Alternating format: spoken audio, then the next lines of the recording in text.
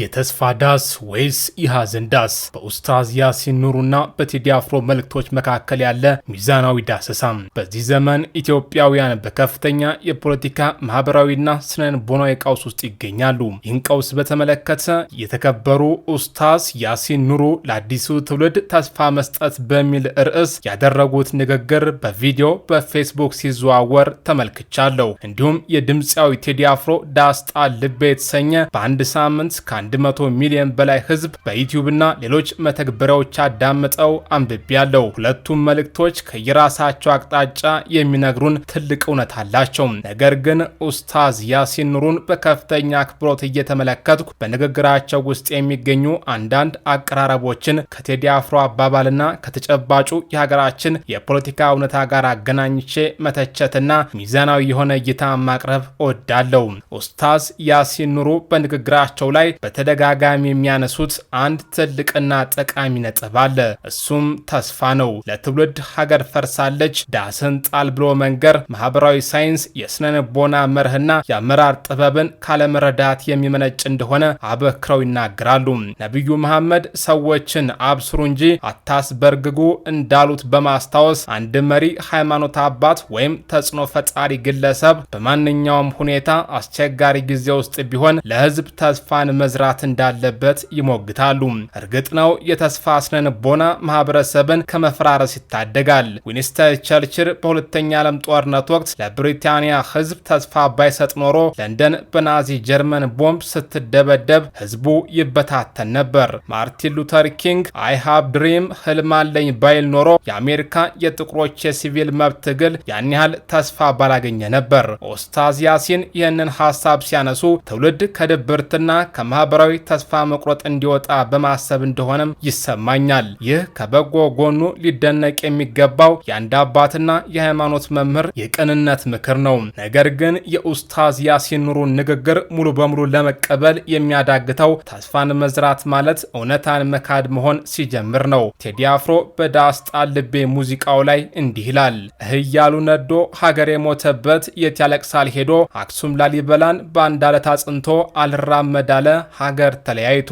ቴዲ አፍሮ እዚህ ጋር እየተናገረ ያለው ስለ ስነ ልቦና ውድቀት ሳይሆን ስለ ፖለቲካዊና ማህበራዊ የህልውና ቀውስ ነው። ሀገር ፈርሳለች ሲባል ጂኦግራፊያዊ የሆነው መሬት ተነዶ አለቀ ማለት አይደለም። ይልቁንም ሀገርን ሀገር የሚያሰኙ የሞራል፣ የህግ፣ የፍትህና የጋራ ደህንነት ምሰሶች ተናግተዋል ማለት ነው። ኡስታዝ ያሲን ሀገር አልፈራረሰችም ሲሉ፣ እውነታው ግን ዜጎች በገዛ ሀገራቸው ከአንድ ክልል ወደ ሌላ ክልል በነጻነት መንቀሳቀስ ያልቻሉበት፣ ማንነትን መሰረት ያደረጉ ግድያዎችና መፈናቀሎች የተንሰራፉበት፣ በ10 ሺዎች የሚቆጠሩ እናቶችና ህጻናት በየሜዳው የረገፉበት ዘመን ላይ ነን። ቴዲ አፍሮ ባሳደገኝ ቀዬ ባደግኩበት መንደር ባይተዋር ሰው ሆኜ እንደሌለው ሀገር ሲልም በአዲስ አበባ፣ በኦሮሚያም፣ በአማራም፣ በጋምቤላም፣ በቤኒሻንጉልም፣ በትግራይም፣ በሐዋሳም፣ በሶማሌ ክልልም፣ በሐረሪም፣ በድሬዳዋም ሆነ በሌሎች የሀገሪቱ ክፍሎች ዜጎች ላይ እየደረሰ ያለውን የመገለልና የመገፋት ስነ ልቦና በትክክል ይገልጻል።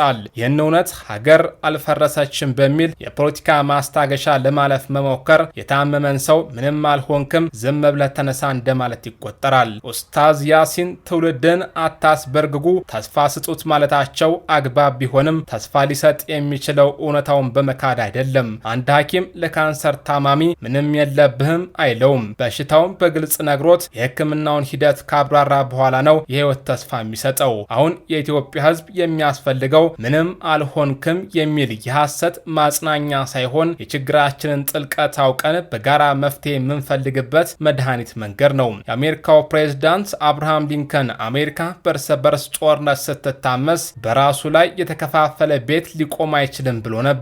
ሊንከን ይህን ሲናገር አሜሪካ ፈርሳለች እያለ መርዶ ሳይሆን እውነታውን ለህዝቡ እያሳየ ነው። ቴዲ አፍሮም ምሰሶው ዘመመ ጣሪያውም ያፈሳል ሲል ሊንከን የተጠቀመውን አይነት የእውነት ነጸብራቅ ነው ያቀረበው። 12 ሆኖ አንድ ነብር ፈጃት ዝምታ ለበግም አልበጃትምና የሚለው የቴዲ አፍሮ ስንኝ የዝምታን አደጋ፣ የህግ የለሽነትን መዘዝና ያለበትን አሳዛኝ የስርዓት ብልሽት ያሳያል።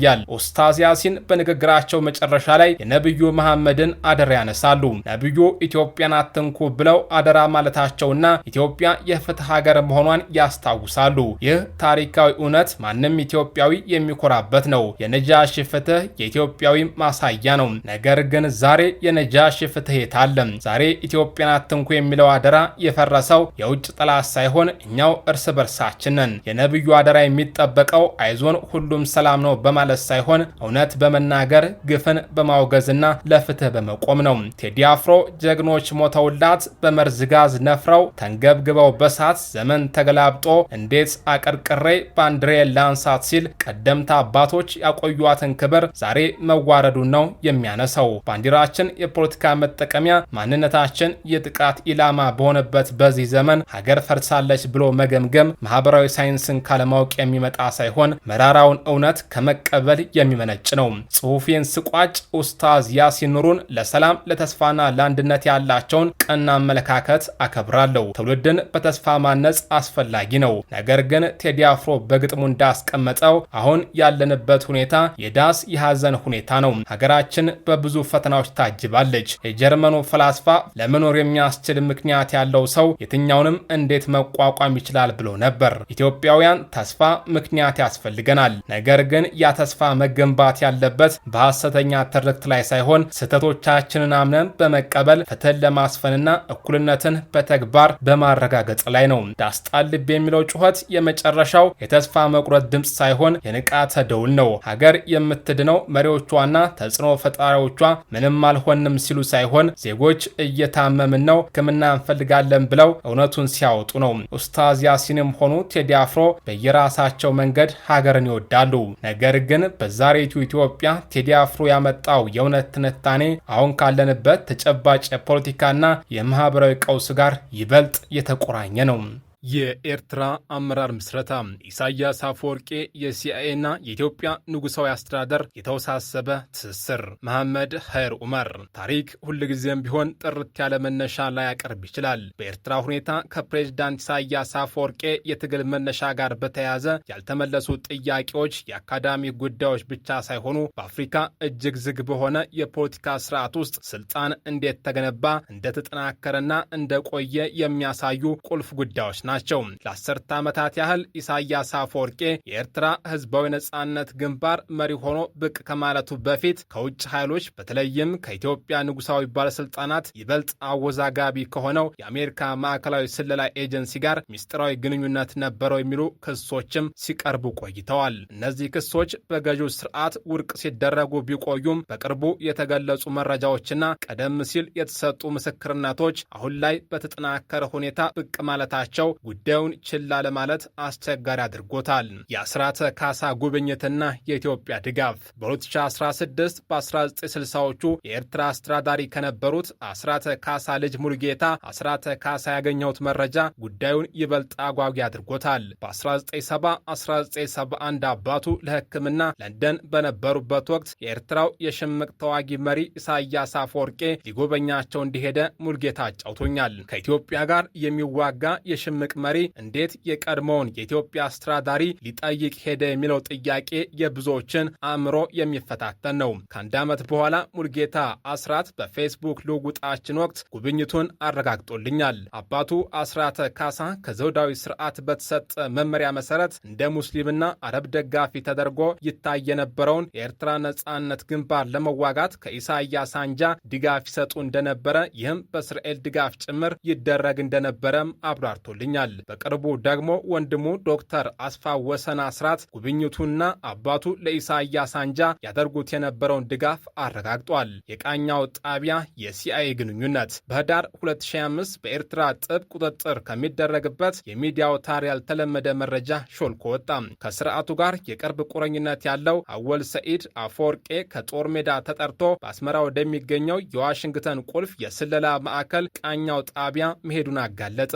አወል እንዳለው አሜሪካውያን ባለስልጣናት አፈወርቄ ትግሉን ሃይማኖታዊ መልክ በሙስሊሞች ላይ የተቃጣ እንዲያስመስለው ጠይቀውት እሱ ግን እምቢ ማለቱን ገልጿል። መንግስት ይህ መረጃ እንዲወጣ የፈቀደበት ምክንያት ግልጽ ባይሆንም እንዲህ አይነት ስብሰባ መካሄዱን በይፋ ማመኑ በራሱ ለዓመታት ሲካሄድ የነበረውን ግንኙነት ያረጋግጣል። ይህን ለመረዳት የ1960ዎቹን ጂኦፖለቲካዊ ሁኔታ ማየት ያሻል። ቃኛው ጣቢያ ለአሜሪካ ዓለም አቀፍ የመገናኛና ስለላ ስራ ቁልፍ ማዕከል ነበር። በዚያን ወቅትም ኢኤልኤፍ ከአረብ ሀገራት ፍልስጤማውያንና ሶሻሊስት መንግስታት ጋር ግንኙነት መፍጠሩ አሜሪካ ስጋት ውስጥ ጥሏት ነበር። በመሆኑም አሜሪካ በአንጻራዊነት የርዕዮተ ዓለም ጠላትነት ከሌለው የኢሳያስ ቡድን ራሱን በኢኤልኤፍ ከሚሰደዱ ክርስቲያኖች የተውጣጣ አድርጎ ከሚያቀርበው አንጃ ጋር አማራጭ ግንኙነት መፍጠሯ ከቀዘቀዘው ጦርነት ፖለቲካ አንጻር የሚጠበቅ ነበር። የሲአይኤ አገናኝ የነበረው ሪቻርድ ማይለስ ኮፕላንድም ነበር የከፋፍለህ ግዛ ስትራቴጂ ውጤት። በቀድሞ የኢትዮጵያ መንግስት ሹማምንት እንደ ደህንነት ኃላፊው ጀነራል ዳንኤል መንግስቱና ካፒቴን ተስፋዬ ረስትዬ የተሰጡ ምስክርነቶች እንደሚያሳዩት ኢሳያስ ከኢትዮጵያ መንግስት የሎጂስቲክና የጦር መሳሪያ ድጋፍን ያገኝ ነበር። ይህ የከፋፍለህ ግዛ ስትራቴጂ ቢያንስ ለጊዜው ሰርቶም ሊሆን ይችላል። ሆኖም ኤርትራን ለየት የሚያደርጋት ንቅናቄውን ለመከፋፈል ታስበው የተደገፈው ቡድን በኋላ ላይ ዋናውን ተቀናቃኙን አሸንፎ ሀገሪቱን ለመቆጣጠር መቻሉ ነው። በ1991 ኢፒኤልኤፍ አስመራን ተቆጣጠረ። ከ2 ዓመት በኋላ ኤርትራ ነጻነቷን አወጀች። ኢሳያስ